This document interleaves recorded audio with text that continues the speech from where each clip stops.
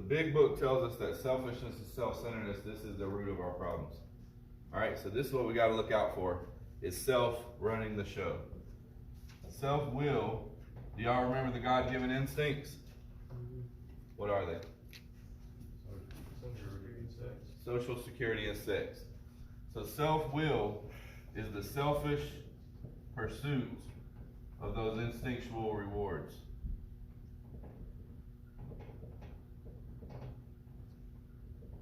All right, so when your reward system is not met, self-will tells you to go get it. And somehow or another, you want to go get that so that you have that reward. All right, so self is what we are trying to keep off of what I like to call the throne of your life. So what's directing you? If it's self-will, you're in trouble. You're going to end up getting in a bad spot eventually. All right, so the goal is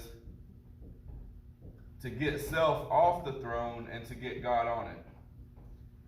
Now, the way that we do this is by dealing with resentments, fears, and harms. But where I'm going tonight is actually the progression of relapse and the warning signs. What I like to call the alarm system. All right? So, this is what we look like in full-blown relapse. That's exactly what you look like. This is the throne of your life. Right there in the centerpiece, where self's on the throne. You remember the three-part illness? Can anybody tell me it? Allergy of the body. Allergy of the body. What's the second part? Obsession of the mind. The obsession. The spiritual malady. And the spiritual malady. Now, we know that the allergy and the obsession are what? Anybody? What are these two? Not treatable. That's right. They're not treatable because they're what? They're just symptoms. They're just symptoms of the problem. All right? So we can't treat either one of those to get better. This is the only one that can actually get treated, is the spiritual malady. And malady just simply means sickness. All right? When you are spiritually sick, self is on the throne. All right, so this is what you look like when you're full-blown addiction.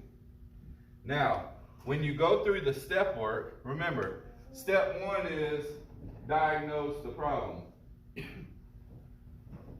Step two is diagnose the solution. And step three is what?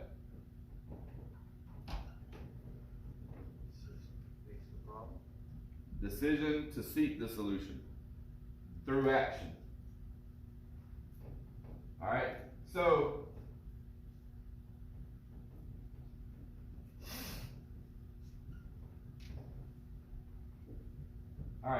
the problem is that we are powerless over drugs and alcohol once we put them in. All right, that's the allergy part. But we're also powerless over obsessing over them when we're spiritually sick. Okay? So, we understand that we're powerless, but we come to believe that something greater than ourselves could restore us to sanity. That means in order to take step two, you have to admit you're insane. Alright? So, if you're going to admit that you're insane, then you've taken step two. You believe something bigger than you can help you. Alright? So if you admit that you're insane, what you're admitting is that your thinker is broken.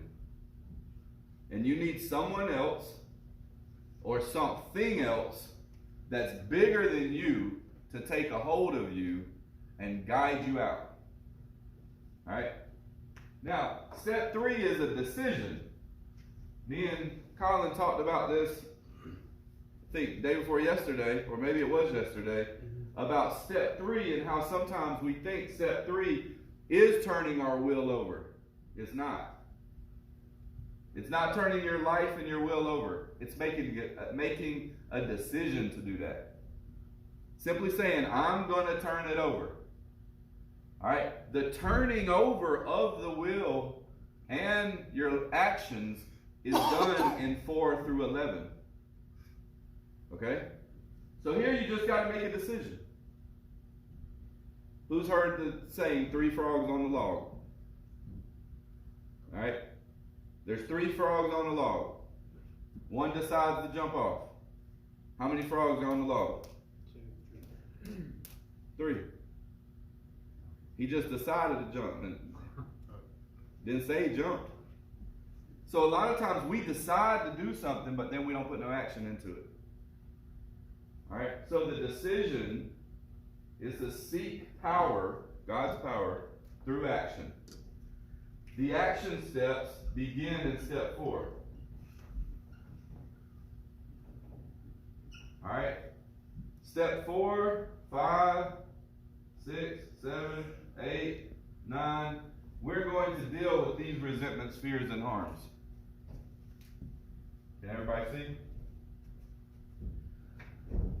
Through these action steps, we're going to deal with these things that are blocking us from God's power. All right? When we do that, through the steps,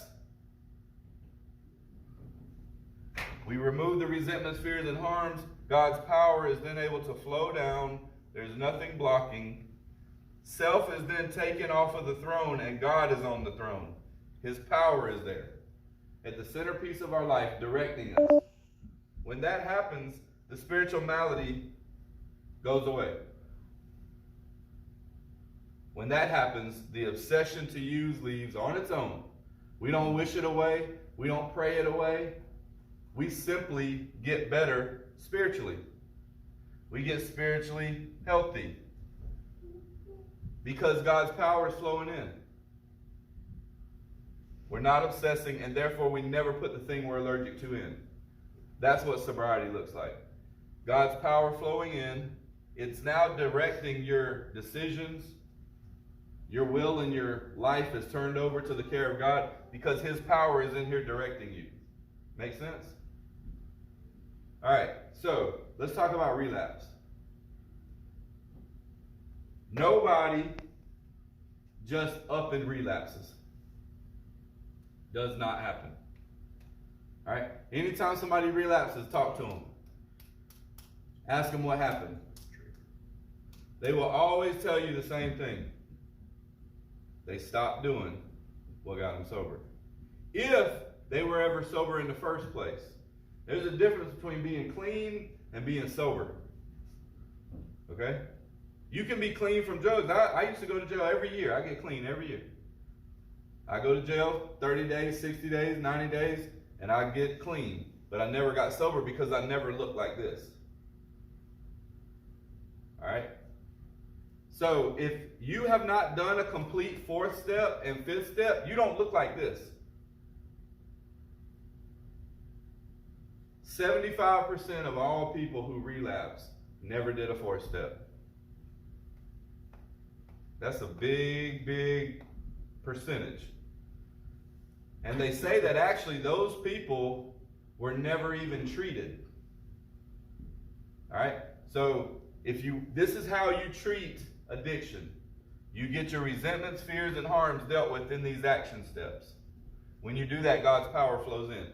See, this is what often happens, is we have this spiritual fruit tree.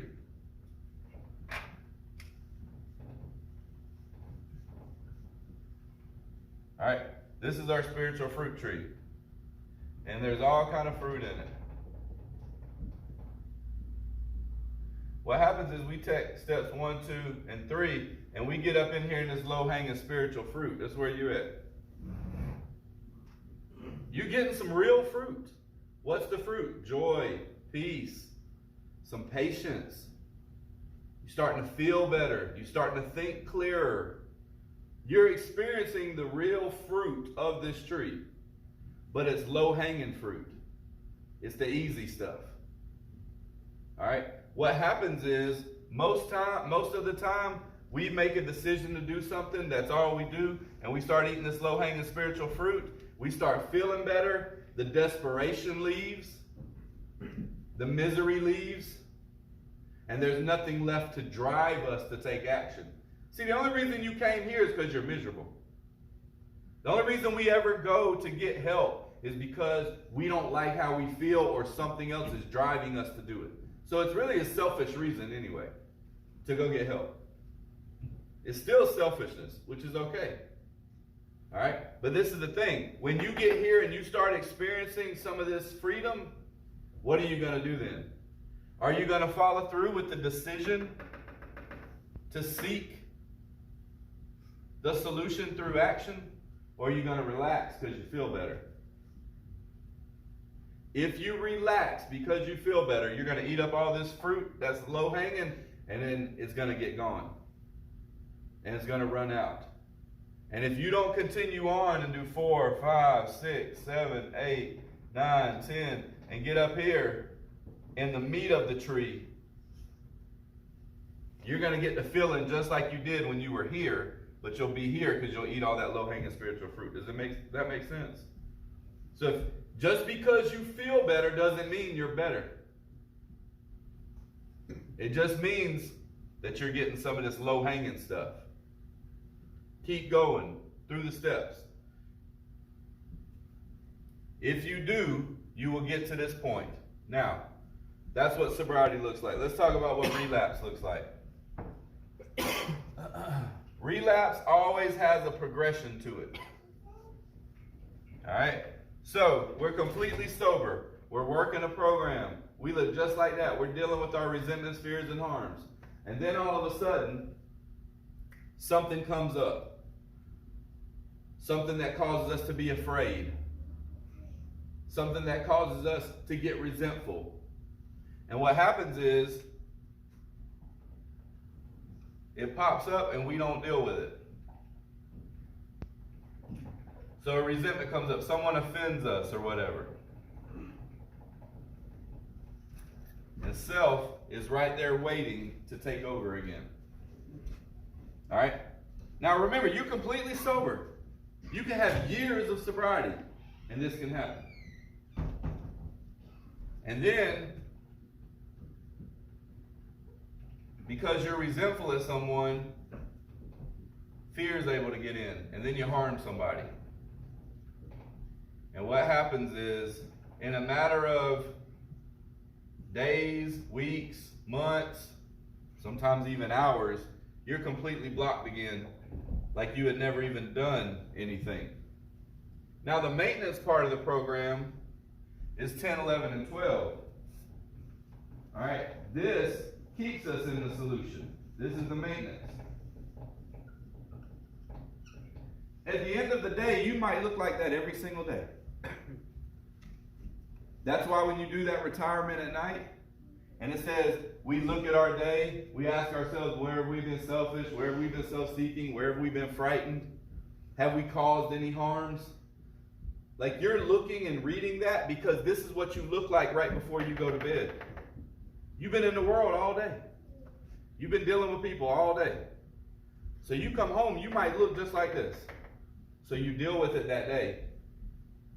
You wipe them away. You forgive who needs to be forgiven. You deal with that stuff, and then you go to bed with self off the throne again.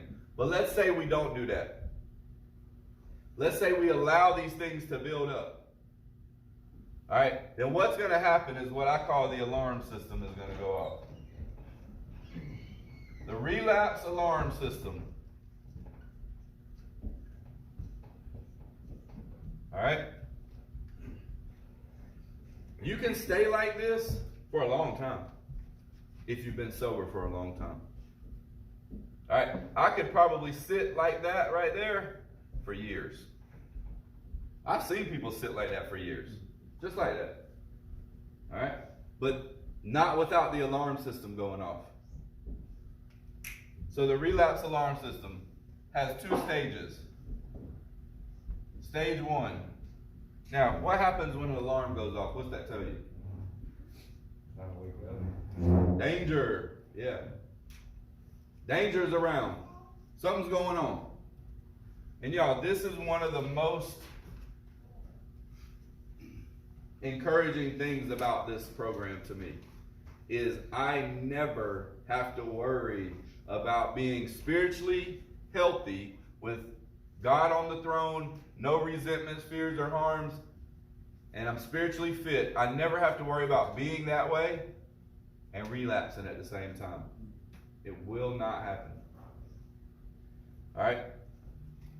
Because you're going to first spiritually relapse.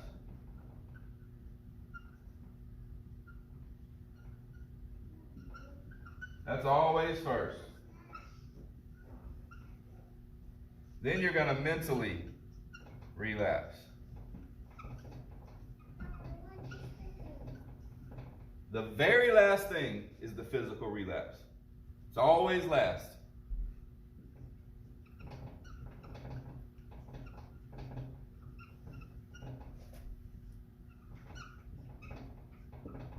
All right. So, how do you know if you're in a spiritual relapse? Now remember, guys, this is a spiritual program. All right? There are no chemical solutions to a spiritual problem. Remember, the allergy can't be treated. The obsession can't be treated. What's the only thing that can be treated? The spiritual part.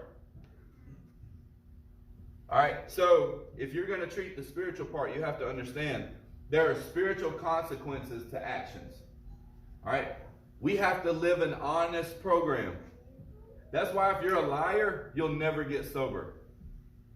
Never. The book's very clear about it. It says, rarely have we seen someone who has thoroughly followed our path. Those who cannot get sober, they are incapable of getting honest with themselves or others. All right? So, if you spiritually relapse, if you were ever spiritually healthy in the first place, then your alarm system is going to go off. When this alarm system goes off, it's going to tell you that the mental relapse is next. All right? Stage 1, you become restless, irritable, discontent. So what's a spiritual relapse like? Quitting reading your Bible and quitting going to church and quitting praying and Yep. that type of stuff? Yep. Quit going to meetings? Yep. Isolation, Being by yourself? not taking suggestions, not doing, this is the thing, bro. Like, all of us know what to do. Most of the time. Like, we know, man, I shouldn't be doing that. I know I'm supposed to call them, but I'm not gonna. Why? Because I don't feel like it. So yeah, that's a good point. Thank you. So, stage 1 alarm, restless, irritable, discontent, judgmental. I like to say just being plain old nasty to folks. All right? So, if you are all of a sudden, you just ain't feeling it no more. Last week I was fine. I was happy to be here. But now all of a sudden, man, I'm just irritable. I'm just ungrateful. Them peanut butter sandwiches, they suck now. They were good last week. I'm sick of peanut butter and jelly now. I don't want no more ham sandwiches. I'm done.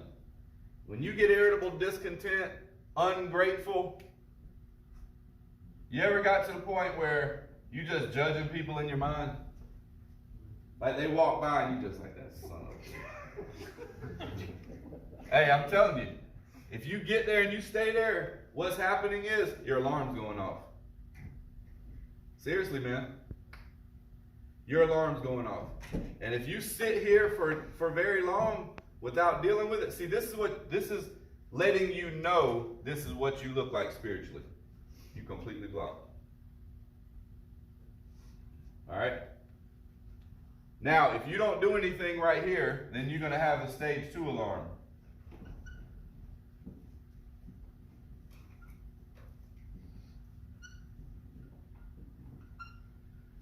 And that's thoughts of using. You're going to start thinking, hey man, alcohol ain't my thing. I can smoke a joint. Just give me one beer. Yeah, I could just drink one. So, when you are spiritually fit, you're not going to be restless, irritable, discontent, judgmental, ungrateful. You're not going to be that way because God's power is going to be flowing down into you. And self is not going to be on the throne. So these things are not even going to be happening. You're going to be grateful. You ever gone to work and just been grateful? Like you just go to work and you're just like, man, life's good. You ever ate a pack of ramen noodles and been grateful? Like that first store call in jail. Big boy. Yeah. Somebody throw you that honey bun. You eat that thing and you grateful. In jail. Man, I'm telling you, man, like, I've seen people get healthy in jail because they read that Bible and they ain't got nothing else to feed them. Spiritually, you know. They can't watch what they want to watch on TV. They can't listen to what they want to listen to. They can't have sex with their girl that they ain't married to. They're locked down from doing all the things that they're not supposed to do. And all they can do is read the Bible. And what happens? They get healthy. Spiritually. So, we have to learn to look for these alarms. What step you on? 4. How long you been on 4? Well, you better get going. Because let me tell you what's going to happen if you don't. This. Dog, this is a very simple program. Very simple. You can't do it. If you could, you would have already. I know if you could get better by yourself, you would have. You don't want to be here. You don't want to be sitting in this room listening to me talk. But you can't do it. Something bigger than you can. You know that. You've witnessed it. You decided to do something about it, which is you reached out. Now it's on you. You're in the first part of the action steps. All right, these steps right here, 4 through 9, these bring us into the solution. What's the solution, guys? What's the solution to your problem? Your problem is what? Self. Yes, powerlessness over self. All right? So the solution is God's power. All right? This 4 through 9 is going to clear away everything that's blocking you from God's power. If you ain't willing to do this right here, guess where you're going to sit? Right there. Not long. No. You want to know why? Because these right here are going to take you right back out there. Y'all, I'm telling you, man, if y'all do what we tell you to do, you'll get better. If you don't, you won't. You ever get the antibiotics and the doctor tells you, all right, here's 10 days of antibiotics. Take all of it. What do? 5 days in, you feel better. What do? Put it in the cabinet. Right? You don't follow through. And then 5 days later, you coughing again. Ah, dang it. Then you take the rest of them.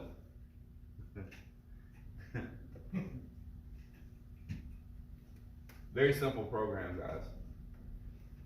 It ain't rocket science. The problem is, did we really decide if we're having a problem with step 4? And I don't know if you're having a problem with it or if you're just too busy. I'm having a problem. Huh? I'm having a problem. Okay. So if you're having a problem with a step, it's not really that step. It's always the one before it. Or all the way back to step 1. I'm thinking about the one after. Could be that. But if it's that, then have you really decided to turn it over?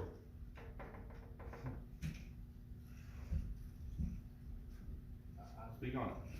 I don't know, I just feel like, not, like a lot of my, I don't know. Let us in there. I feel like a lot of my problems don't really drive me, you know what I'm saying? You feel like what? Like a lot of the stuff I've been through don't really affect me that bad. have something sober, you know, it's like, it's not a big deal. I And what- feel like it's not really. Then why can't you get sober? Trying to fuck that up forever. Yeah, we're telling you, Yeah. we can help you. Yeah. But this is the thing, man. I can sit a big old feast in front of you, but I can't make you eat. I can pour you a big old glass of water, sweet tea. I can't drink it for you. I'm telling you, man. Look around at all of us. We're telling you how we got here. I don't think I have a problem with all that stuff in my past, and I shouldn't have any problem writing it down and telling anybody about it. That's a very good point. What did you say? He said, if I don't have a problem with my past, I shouldn't have a problem writing it down and telling somebody. If it doesn't bother me. I mean, I wanna use my past to help somebody else not go down the same road what I went down. Right? So that's, I mean, So this is the thing, guys. Like, I mean, we're giving you the step. Like, we're laying it out step by step. Just this is the thing. We're not even telling you to go figure it out. Like, we're telling you how to do it. Step by step by step. This is how you do it. But if y'all ain't willing to do it, I mean, really, we can't do nothing for you. So let's think about what step 3 is.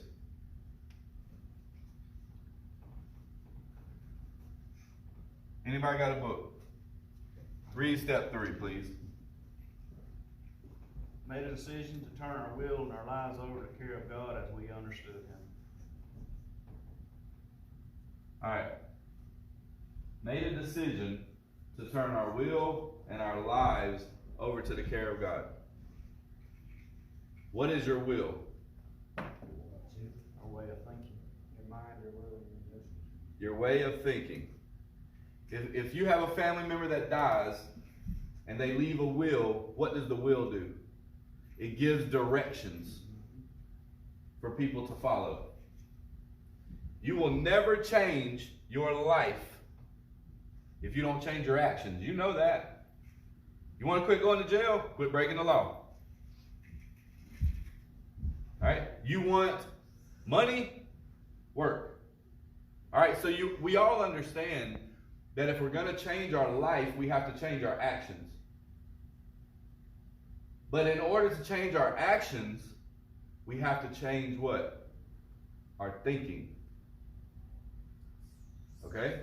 Your will is your thinking. All right? So, we made a decision to turn our thinking over to God. And I'm so grateful that you got honest and said, I just don't feel like this stuff affects.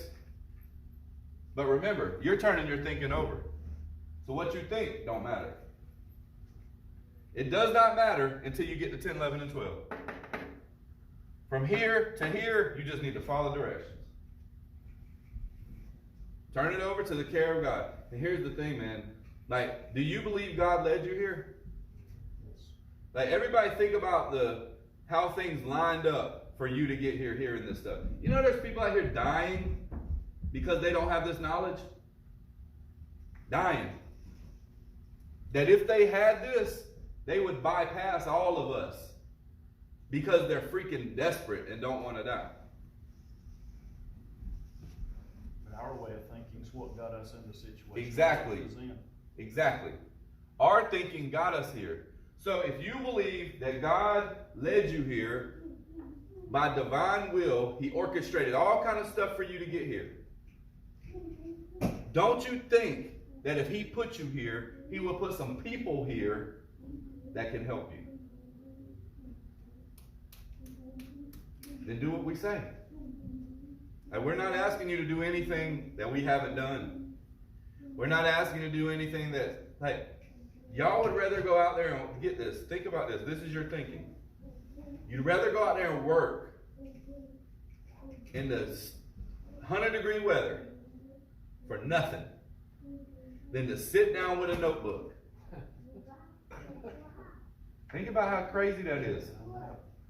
Than to sit down with a notebook and write out your resentments, fears, and harms. That is a step 2 insanity thing we're talking about.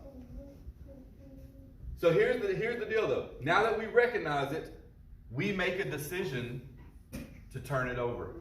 And right now, at this very moment, you can make a decision to shift. Just like that. And do it. And say, I'm going to start tonight writing that thing out. And I'm not sitting on it no more. And you can do it. And really and truly, when you make that decision to do it, it doesn't take that long. It's just that first It step. really doesn't. It doesn't. That 4th step does not take, we make it so difficult. I mean, just turn your way over. Dude, when I was in rehab, I detoxed the first week. I went to a 30